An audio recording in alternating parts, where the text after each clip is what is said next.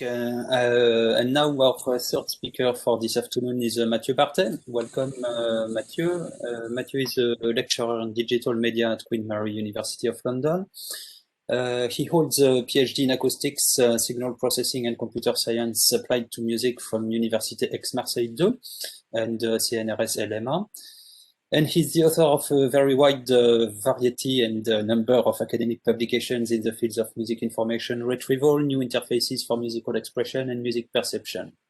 So today, Mathieu's talk is on the role of monophonic timbre variations in expressive music performance with the case study of the clarinet. Over to you, Mathieu. Many thanks, Frederic, for this very nice introduction.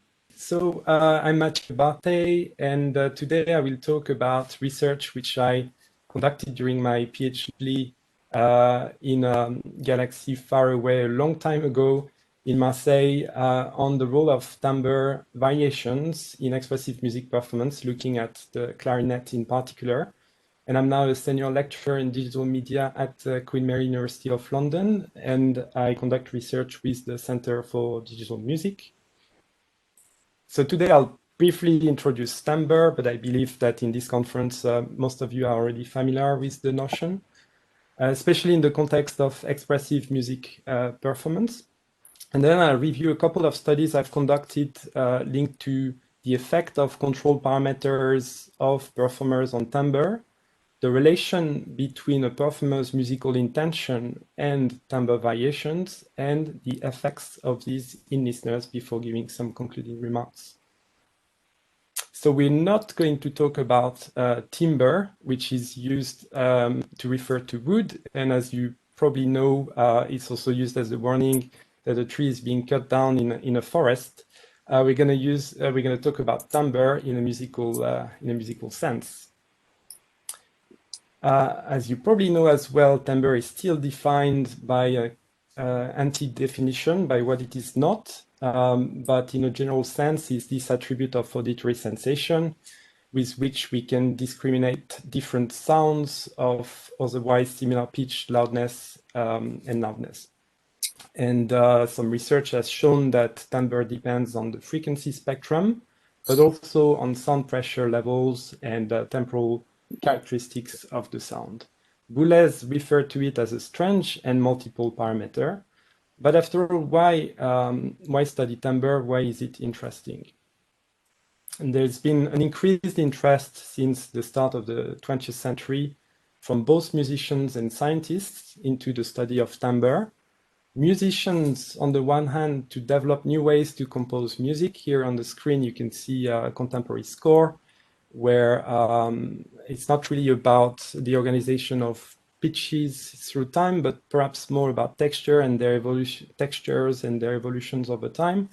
And some composers, like in particular Schoenberg, has developed some sound color melodies in German Klangfarben melodies or melodies of timbre as a device, a compositional device. So I'll play a short excerpt of Farben from Schoenberg.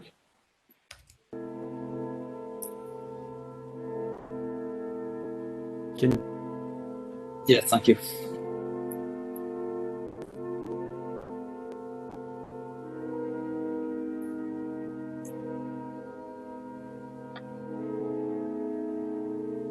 So in this sound color melody, it's difficult to recognize, to identify the different instruments, but we perceive the sound more as an overall timbre that varies over time.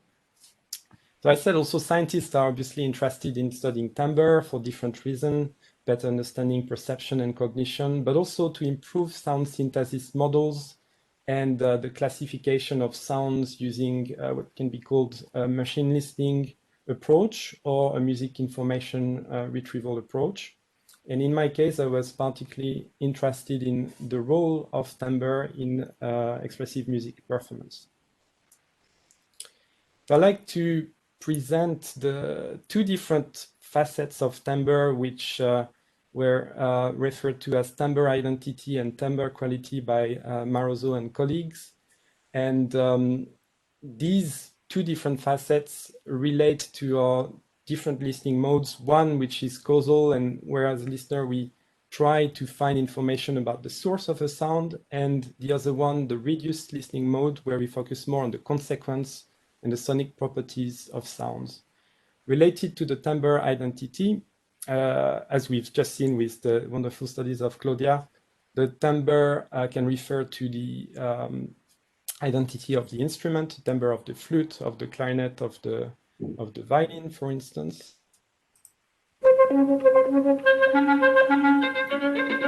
And in fact, etymologically, the word timbre comes from the Greek tympanon, which referred to a sort of drums with strings, and the contemporary snare drum uses wires as well at the bottom of the snare, and those wires are sometimes referred to as the timbre of the snare drum. So this is still used today.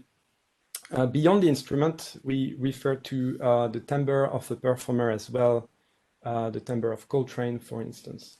Now, the other facet I mentioned is the timbre quality facet, and I'll play as an example here two clarinet performances with orchestra, where you'll hear the first one, the clarinet player has a rather warm tone, whereas in the second one, the player has a rather bright tone.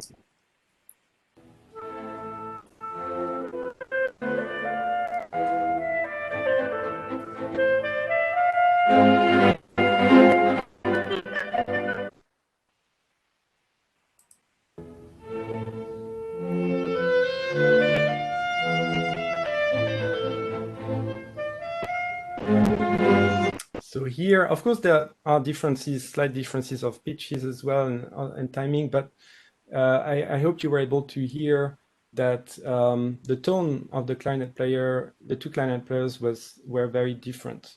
And this is more an aspect related to timbre as sound quality. And that's this aspect which I studied in my PhD work. I focused on musical interpretation and Western tonal music. So here you see a very simplified model of chain of communication for Western written music. And the process of musical interpretation is one by which a performer decodes the information from a composer on the score and translate that into sounds that are generated with a musical instrument through specific gestures and control. And in the act of musical interpretation, there is the implication that the performer's judgment and personality are involved. So my first question was, and perhaps overarching questions, was, do performers use timbre to play expressively in this context? There have been a large number of studies on the role of timing, dynamics, and pitch, but there are less studies on the role of timbre in musical interpretation. So since my PhD work, there have been a lot of very interesting works which are more recent than mine. But still, I think if we compare the works on timbre and expressivity and the other expressive parameters, there are still less studies on timbre in musical interpretation. But timbre was, however, referred as one of the four cornerstones of the psychology of musical aesthetics by Seashore back in the 40s. And another example I'd like to play, where we hear timbral variations from performers, from a clarinet player, first excerpt, and a saxophone player, second excerpt, during a live performance. And I'd like you to pay attention to the change of tone quality of the melody while they play.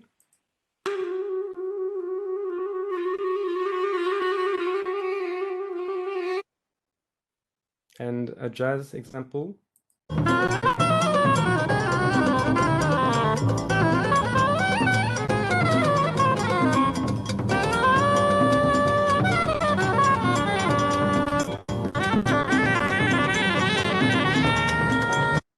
So we can hear some very interesting timbral variations here. So this is this kind of variations that I studied in my PhD, but for the clarinet. And I posed three research questions. The first one, what is the relationship between the control of the instrument and its timbre? The second question was, does timbre vary based on the musical intention of the performer? And the third one, what are the effects of timbre variations in listeners? I used a multidisciplinary approach combining the physics of the instrument, signal processing applied to music, and perception to assess the effects of signal transformations.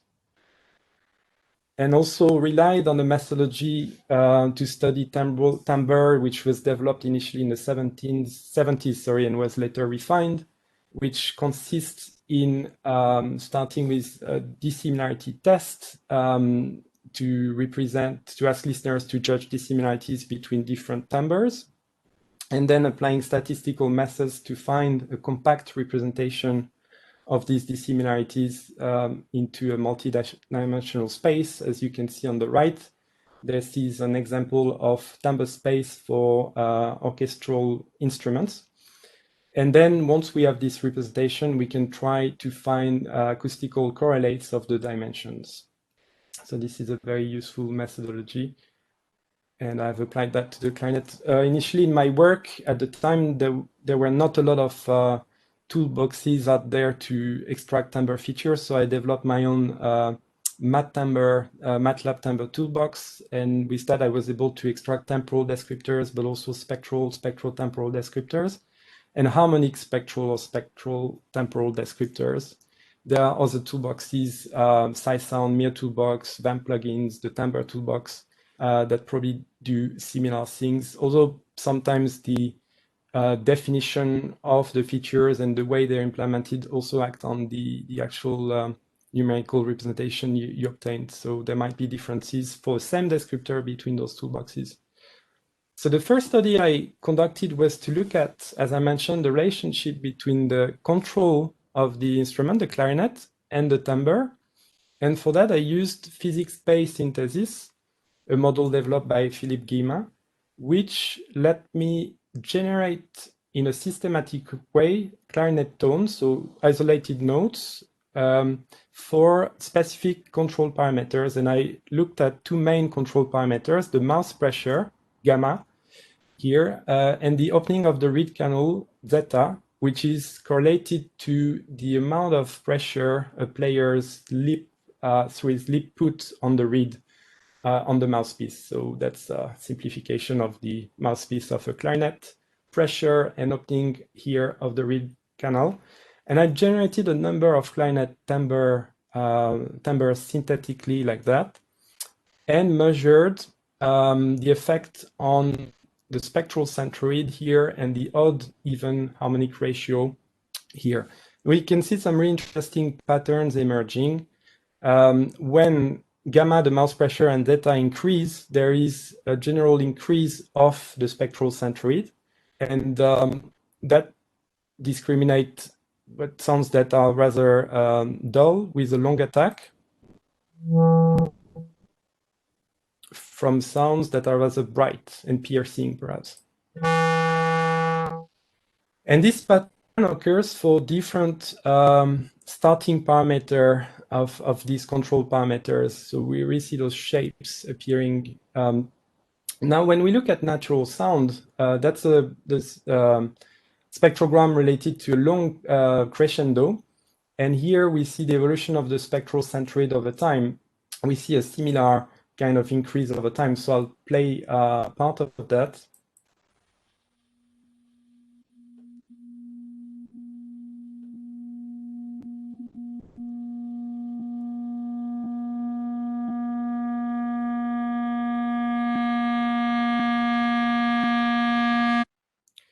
And you might notice there is some kind of piercing effect that starts to appear at a certain point. We were able to build an assumption about this effect by looking at the odd-even ratio, which you can see here at the bottom. For the clarinet, there is a dominance of odd harmonics compared to even harmonics due to the physical property of the cylindrical bore of the instrument. But what's interesting here is to see that the odd harmonics, when you increase the mouth pressure and the reed opening, start to be even more dominant. But beyond the point, the even harmonics take increase in a faster way than what they used to when you start to increase the gamma and zeta. That means the even harmonics become more important, not more important than the odd ones. We're still above 1 for the odd-even ratio here, but relatively more important than the initial phase. And we suggested, and that was also in line with previous literature, that this breakup in the odd-even ratio corresponds to the situation of beating reed, when the reed starts to beat against the mouthpiece, and perhaps that's what generates this very crisp tone that we get when there is a lot of force inputted in the sound. I next did a dissimilarity test, a classic dissimilarity test, which led me to this three-dimensional timbre space for the clarinet. So this time, the difference is that we don't have timbres from different instruments here, but the same instrument, which relates a little bit to what Harris was and Claudia were mentioning before. And we can see notable differences between tones of the same instrument. Again, if we play this one, rather dull with a long attack, and the extreme here, we have something very bright with a short attack. So I correlated those dimensions with the control parameters of the physical model and timbre descriptors, and that yielded 3 dimensions correlated for the first one to the mouth pressure, the attack, and the spectral richness of sound. The second dimension related to the tristimulus number 2, which relates to the relative energy of the first few harmonics in the sound, but didn't correlate to any of the control parameters. And the third dimension correlated to the reed opening and also significantly to the odd-even ratio. So with this, I had a timbre model for the clarinet to work with and to study then the effect in the context of not isolated notes, but musical interpretation. So it was interesting to see that when listeners were questioned about the reasons for differences between sounds, some of the phrases and words they used really related to the descriptors we found correlation with, like they discriminated soft versus brief and intense attack sounds, or dull versus rich and nasal sound. But also interestingly talk about tension and soft sounds versus aggressive or shrill sounds. The next step was hence to look at the, is there an effect of these timbre descriptors in an expressive music performance context? And when talking about expressive music, we often use the notion of expressive deviations from the regular or from the norm, which can be found from nominal information from the score and a given tempo. We can measure deviations by looking at the performances played by real musicians.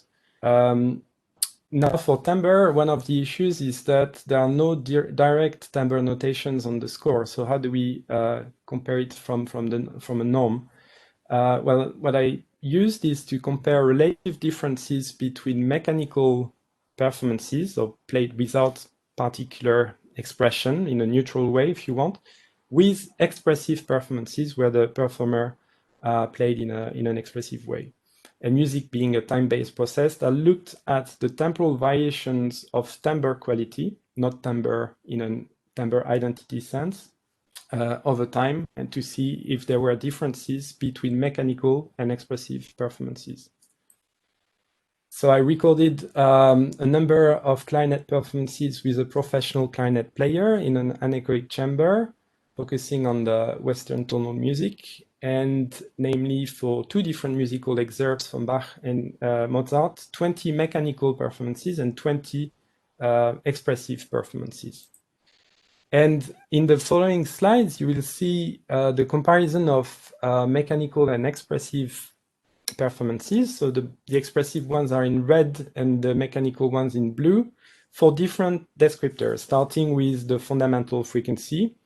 Here, from left to right, what you see are the musical notes from the melody and the value of the descriptor in the vertical axis. So what we see here is there are almost no differences in fundamental frequency between the mechanical and expressive versions. The gray areas here show the notes that have significant differences between these two different artistic intentions. And there are only 3 notes out of the 27 with differences in F0, the fundamental frequency. Now, when we look at note duration variations, there are way more notes that have significant differences between mechanical and expressive, as you can see with all these grade notes here, 30 notes out of 27.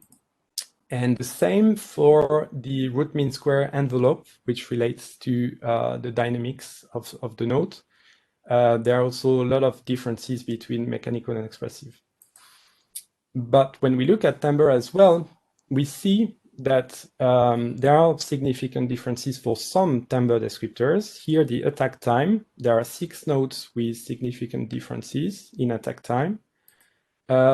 And a majority of notes that also have significant differences in spectral centroid here. I'll play the mechanical version first, and then I'll play the expressive version, and perhaps you'll hear very subtle tone quality differences which relate to what we see on the screen here.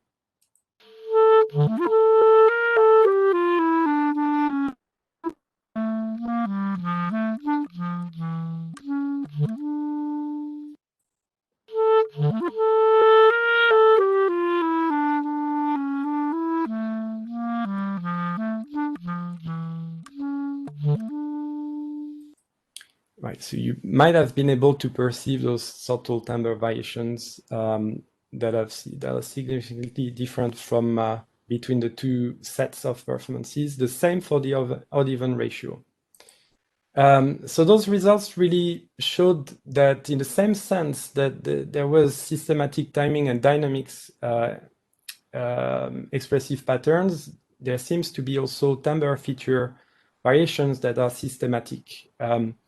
And when we compare performances played with in a mechanical way or expressive way, we see that there are many notes which present significant timbre feature differences, and those timbre feature differences depend on the position of the notes within the musical structure. So what about the listeners now? The final step was to look at the effects of those timbre variations in listeners, and I used for that an approach called analysis by synthesis that consists in for a given representation of a music performance, applying some transformations to modify some attributes, in my case, timbre, timing, dynamics attributes, to reconstitute a recorded performance using synthesis, and then through a listening test, being able to compare objective features with the results from the listening test to shed light on the complex processes linked to the attributes that were modified. So the first side of this work was to actually remove musical expression artificially to see if that had an impact on musical preference from listeners. And regarding timbre, I applied a transformation consisting in freezing the spectral centroid over time. So I'll play here an example of timbre transformation, where you'll see the timbre frozen over time, the timbre of each note frozen over time, the spectral centroid. Sorry.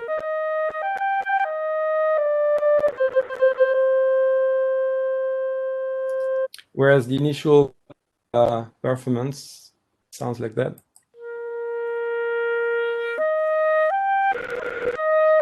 Right. So I applied that for spectral centroid, but also, as I mentioned, timing and dynamics. And first of all, we can see that here in this graph, which is a box plot of listeners' preferences, there are 2 main clusters. In red is a cluster with all the performances where the spectral centroid was frozen. And the preference for this cluster is significantly lower than the preference for performances where the spectral centroid variations were the original ones. So this was showing that those timbral variations, when you remove them, there is a decrease of musical preference. And that decrease is mentioned by that effect is mentioned by participants in the feedback, that they prefer lively sounds to static sound. and the timbre difference may be due to bad control of the instrument, for instance, when it's removed. But what about the opposite thing? Can we actually add musical expression artificially by inputting timbral variations, in that case spectral centroid variations, on an inexpressive performance? So what I've done here is I started with performances generated with a virtual instrument, a sampler, inexpressive computer renderings, and I've applied spectral centroid variations from a reference expressive performance to the inexpressive performance using a dynamic filtering process and optimizing the parameters of a filter to generate a set of performances where the spectral centroid variations had been added. So now, first of all, what we see when we ask participants to rate dissimilarities is that all the performances with the same kind of spectral centroid variations are grouped in the same cluster. This study was done for different instruments: clarinet, piccolo flute, cello, sitar, guitar even. And you see in red here all the ones with the same spectral centroid variations, and in blue as well, the original ones. When we look at the effect on musical preference, we see that there is a significant increase in preference when we add the expressive spectral centroid variations for the clarinet and the piccolo flute, but the effects are not significant for the other instruments. So this was showing that it's possible to artificially improve the musical expressivity by using spectral centroid extracted from an original clarinet performance.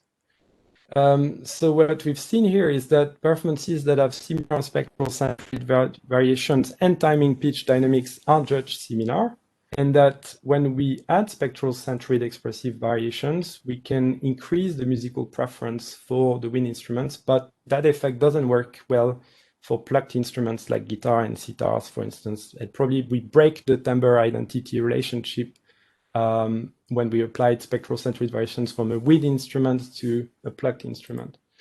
So to conclude and give a few perspectives, I talked about tools to look at timbre, the clarinet timbre space, and we've seen that through analysis of performances, timbre feature variations are reproduced in a systematic way by a performer, and that these variations change when the musical intention changes from mechanical to expressive. Now, listening tests have shown that removing spectral centroid variations decrease the musical preference, and that performances with a similar note spectral centroid variation are judged to be closer. So I suggested that temporal variations of timbre quality are one of the vectors of musical expression from performer to listener. Now, of course, it would be interesting to extend this work, for instance, by comparing variations between different performers, but also conducting experiments with different timbre descriptors, like maybe MFCCs, for instance. This notion of timbre temporal shapes could be looked at different music structural levels, phrases and sections, for instance. And this work has application in systematic musicology, but also music education and computational creativity by generating music, expressive music from timbre feature modeling. Okay, I think that's it, and I'll stop my presentation here, and I'll be very happy to hear if you have some questions. Thank you very much, Mathieu. Indeed, we've got 5 minutes for questions now before the break.